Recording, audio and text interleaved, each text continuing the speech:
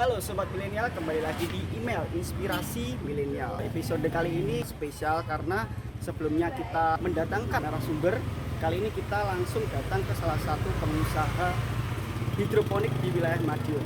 Hari ini kita akan membahas soal atau kita akan mengupas bagaimana sih, apa sih hidroponik itu, bagaimana cara penanamannya, dan bagaimana untuk memasarkannya.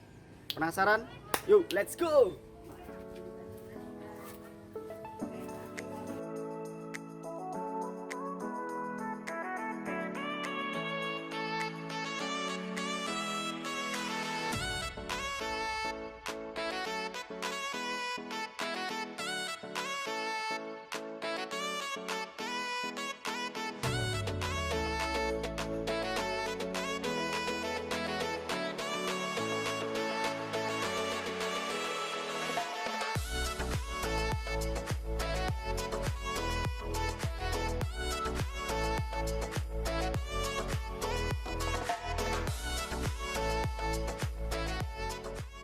Oke, kita sekarang sudah bertemu dengan pemilik dari Corah Farmhouse yang bernama Mas Hendri. Ya, selamat pagi.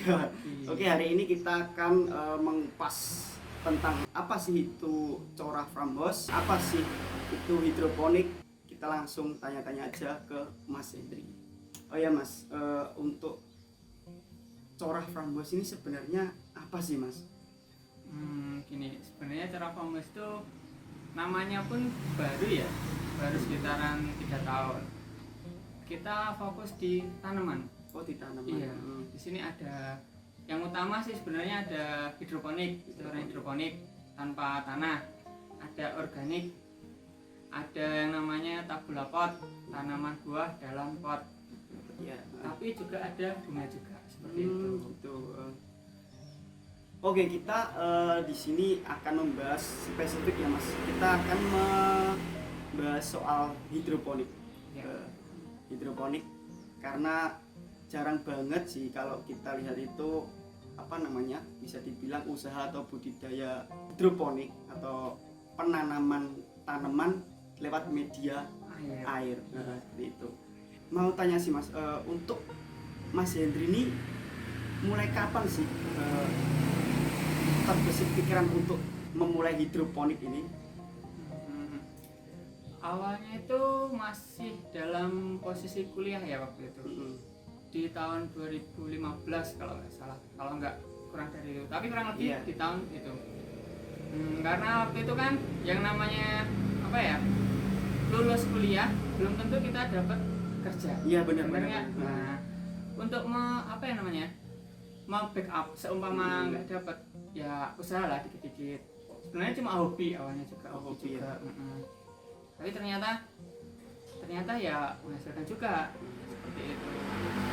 Teman-teman banyak yang tanya sih Mas, untuk bertanam hidroponik itu susah nggak sih Mas sebenarnya? Sebenarnya secara teori sih enggak sebenarnya. Cuma kadang di lapangan kan kita nggak tahu. Iya. Nah, ekspektasinya seperti tadi kelihatannya kok gampang terus menghasilkan banyak.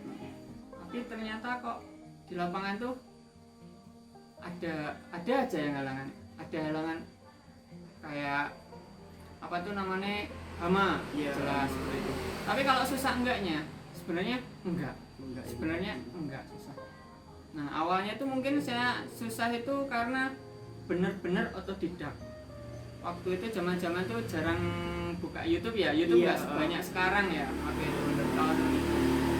Jadi orang yang ngupload gimana cara penanaman atau cara bertani hidroponik itu sedikit banget. Nah, kalau sekarang mungkin mulai dari sekarang mudah, gampang ya.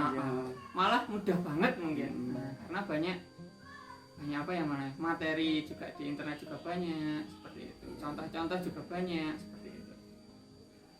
Terus faktor apa sih yang menentukan untuk menanam ini? Nah, faktornya ya keinginan pribadi. Terus jangan takut gagal. Karena kalau namanya nanam hidroponik, usaha apapun sih sebenarnya, awal tuh pasti menemui hambatan. Itu pasti, nggak mungkin enggak. Nah, takutnya kalau kita mulai, wih gampang, terus jadi contohnya wah bisa panen banyak. Iya. Setelah itu kita nanam kedua kok nggak sebagus awal. Kadang kan orang langsung loh kok nggak sebagus ini ya, langsung down kadang. Males ah. Nah itu masalah utama itu sih di situ. Tadi apa ya, di konsistensi ya. Mindset juga. Iya, Mungkin ada apa. Mm-mm. Harusnya kalau kok enggak jadi kita harus, itu namanya pelajarannya di situ. Kita harus mencari mungkin hama, mungkin cuaca, mungkin air. Karena kalau hidroponik itu banyak ya faktornya. Ada yang namanya pertama cahaya, pasti cahaya. Yang kedua air. Hidroponik sendiri dari kata hidroponik. Iya, air. Nah, air. Lalu ada juga namanya nutrisi tanaman. Ada juga yang namanya hama. Hama itu mungkin yang banyak. Yang berbahaya hama itu Susah. Berbahaya enggak sih sebenarnya. Susah mungkin. Seperti itu. Oke. Oh ya Mas, untuk proses dari hidroponik itu seperti apa sih Mas? Mulai dari awal sampai akhir gitu. Ya. Yang utama ya, hidroponik itu harus bisa itu penyemaian. Penyemaian. Ya, karena kalau penyemaian gagal, kemungkinan selanjutnya akan susah. Contoh kalau penyemaiannya agak namanya itu ada masalah etiolasi. Etiolasi itu tanamannya itu kekurangan cahaya. Kelihatannya, wih bagus tinggi, tapi ditanam setelah itu namanya pindah tanam, hasilnya kok nggak bagus seperti itu. Itu yang pertama penyemaian. Penyemaian setelah penyemaian, lalu kita masuk ke pindah tanam ke paralon atau ke jumper atau semacam seperti itu di hidroponik seperti itu. Lalu selanjutnya adalah yang pasti panen ya. Setelah penanaman kita nunggu berapa bulan gitu, nggak sampai bulan sih sebenarnya, cuma berapa hari seperti itu, lalu panen. Nah di situ sebenarnya kalau panen nggak perlu dijelaskan ya, pasti ngerti. Seperti itu, panen ngerti lah. Lalu ada setelah itu pemasaran. Di sini pemasaran juga faktor kita juga. Karena kita bisa nanam, bisa nyemai, bisa panen, lalu nggak bisa masarkan, jadinya apa ya, bahasa Jawanya itu mumbruk. Seperti itu, mumbruk. Apa ya? Terus diapakan? Kalau dikonsumsi sendiri kan ya banyak lah. Seperti itu. Untuk penyemaiannya itu sendiri itu butuh waktu berapa lama Mas untuk pemindahan dari penyemaian ke pemindahan ke pindah tanam. Pindah tanam ya. Itu setiap tanaman beda. Beda waktu. Contoh aja ya, contoh untuk kangkung. Kita nyemai dari biji sampai pindah tanam, itu kemungkinan cuma butuh 5 hari. 5 hari kangkung. Tapi kalau sebangsanya sawi, selada, dan lain-lain, ada juga bayam malah lebih lama lagi. Nah, kalau sawi, selada itu kemungkinan 2 minggu. Dari biji sampai ke pindah tanam seperti itu, 2 minggu. Terus tanaman apa saja sih Mas yang biasanya sering ditanam di hidroponik itu? Kalau biasanya sih yang banyak pasti tanaman sayur ya. Sayur. Sebangsanya kangkung, sawi, selada, bayam, dan lain-lain, pokoknya sayur. Tapi kalau secara teori hidroponik itu bisa, semua tanaman bisa hidroponik, sampai bunga bisa. Seperti itu. Mungkin kalau aku bisa lihat itu kayaknya jenis-jenis tanaman yang cepat tumbuh gitu Mas ya. Jadi cepat tumbuh, cepat panen, cepat kita jual. Seperti itu. Benar. Karena kalau hobi ya, hobi aja kita mungkin sering nyoba-nyoba tanaman A, tanaman B, tanaman C seperti itu. Tapi kalau udah kelas namanya itu produksi terus kita jual, kita harus melihat pasar. Pasar itu permintaannya apa aja. Contoh kangkung itu tanaman murah tapi banyak peminat seperti itu. Contohnya seperti itu. Kalau apa aja ya bisa. Kalau di hobi ya cuma contoh kailan, ada namanya kailan juga, ada namanya kale, ada namanya sawi merah, sawi, banyak lah, sawi itu jenisnya banyak. Ada selada pun ada, selada hijau, selada merah, selada lektus, itu banyak sebenarnya. Semua tanaman banyak sayur. Seperti itu. Terus proses pemindahan tanam tadi itu gimana Mas? Ya, tadi kan sudah bahas penyemaian ya. Iya. Lalu setelah semai selesai kita pindah tanam, pindah tanam ke instalasi hidroponik itu sendiri. Nah, di situ kita harus memperhatikan yang pertama adalah airnya, air, nutrisi, cahaya, hama tadi. Nah, untuk air sendiri ada yang namanya air murni. Air murni air dengan kandungan mineral itu nol. Seperti itu. Air apa ya? Orang bilangnya air suling, biasanya air suling seperti itu. Lalu faktor lagi cahaya. Kita harus memperhatikan cahaya. Setiap tanaman beda. Contoh kangkung. Kangkung tadi yang paling murah ya, paling banyak dicari. Kangkung itu kelihatannya dia tuh butuh cahaya banyak agar bisa pertumbuhannya maksimal seperti itu. Tapi kalau kita nanam selada, dia kebanyakan cahaya nanti malah apa ya namanya, layu. Ya bukan layu juga sih, namanya apa tuh, kurang maksimal. Karena selada kan sebenarnya fokusnya di dataran tinggi, bener kan? Nah, Cuaca yang lebih dingin Mas ya. Iya, tapi kenapa bisa ditanam di Madiun ya? Karena Madiun kan ke dataran rendah ya, seperti itu. Karena hidroponik itu sendiri kita bisa memanipulasi cuaca lah.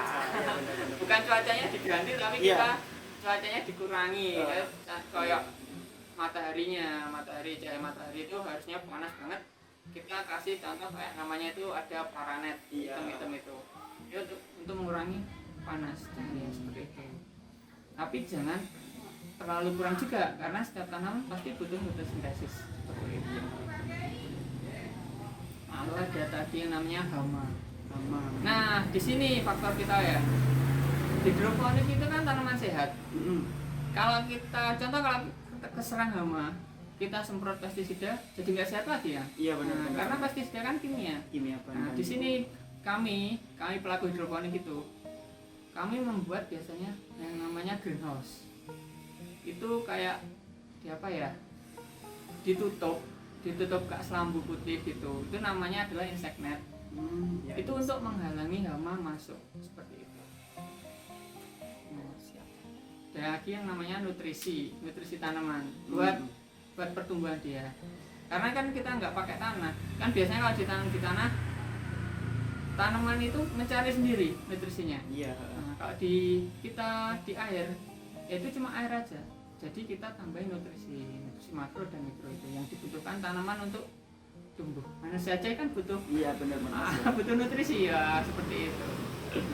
Tanaman juga butuh. Terus untuk di fase panen dan pemasaran ini gimana Mas? Untuk hidroponik sendiri ini. Nah, setelah tadi selesai ya, kita masuk ke panen. Kalau kita punya contohnya hidroponik kecil lah, sedikit. Kalau kita panen pasti konsumsi sendiri habis. Sendiri habis.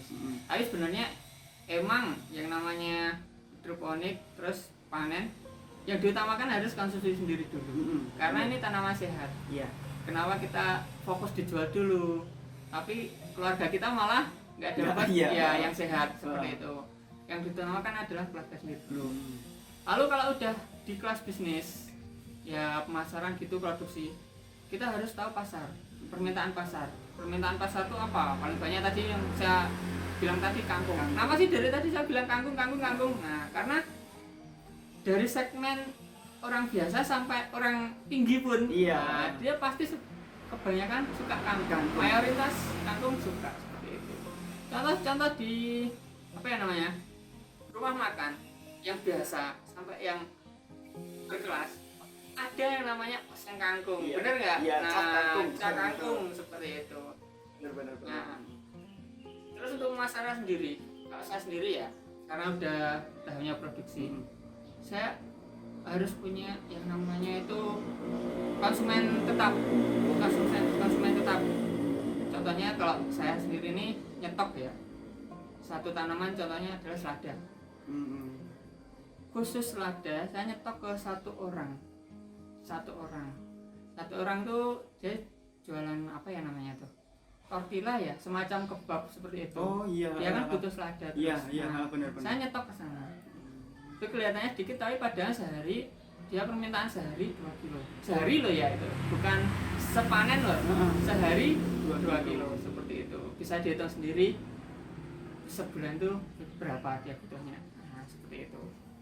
Itu khusus lada saya sudah punya ngal sendiri. Untuk yang tanaman lain contohnya kangkung. Kangkung saya fokus kangkung itu nyetok ke Surabaya. Surabaya permintaan itu sekali nyetok itu 25 kilo. Itu seminggu 2 kali harus. Jadi 50 kilo. Seperti itu. Oh iya Mas, untuk di masa pandemi kayak gini tuh apakah berdampak juga untuk hidroponiknya? Kalau sejujurnya tetap berdampak ya. Semua usaha pasti terdampak karena pandemi ini. Tapi mungkin di awal mungkin itu ya. Dampaknya penjualan agak susah karena seperti tadi yang saya nyetok ke sini penjualnya juga sepi juga gitu. Jadi kita nyetok juga nggak bisa, nggak maksimal gitu. Nggak maksimal. Tapi waktu akhir-akhir ini malah permintaan kembali tinggi. Oh, kembali tinggi. Iya, karena mereka sadar kesehatan tuh penting. Sayur-sayuran tuh bukan hanya sekedar sayur yang sehat juga. Kalau sayur banyak pestisida ya sama aja seperti itu. Oke, yang terakhir nih Mas, untuk sobat-sobat milenial atau teman-teman yang ingin memulai hidroponik itu apa sih yang harus dilakukan Mas? Yang pertama keinginan sih sebenarnya. Terus datang ke sini nggak apa-apa. Karena kalau semuanya pengen memulai terus nggak tahu apa yang harus dimulai, kesini aja. Gitu. Belajar di sini gratis, nggak usah bayar. Oke, itu teman-teman diajari sampai bisa, sampai panen susah, insya Allah bisa tak bantu. Siap. Seperti itu. Oh ya, mungkin teman-teman yang pengen tahu nanti alamatnya bisa kita taruh di bawah sini buat teman-teman yang ingin belajar hidroponik di Corah Farmhouse. Nanti untuk alamat lengkap dan mungkin ada CP-CP-nya nanti kita taruh di bawah semua. Oke, itu saja. Terima kasih buat Mas Hendri. Semoga usaha hidroponiknya sukses, lancar dan makin berkembang. Oke, terima kasih Mas Hendri buat waktunya. Oke, sampai bertemu di email selanjutnya.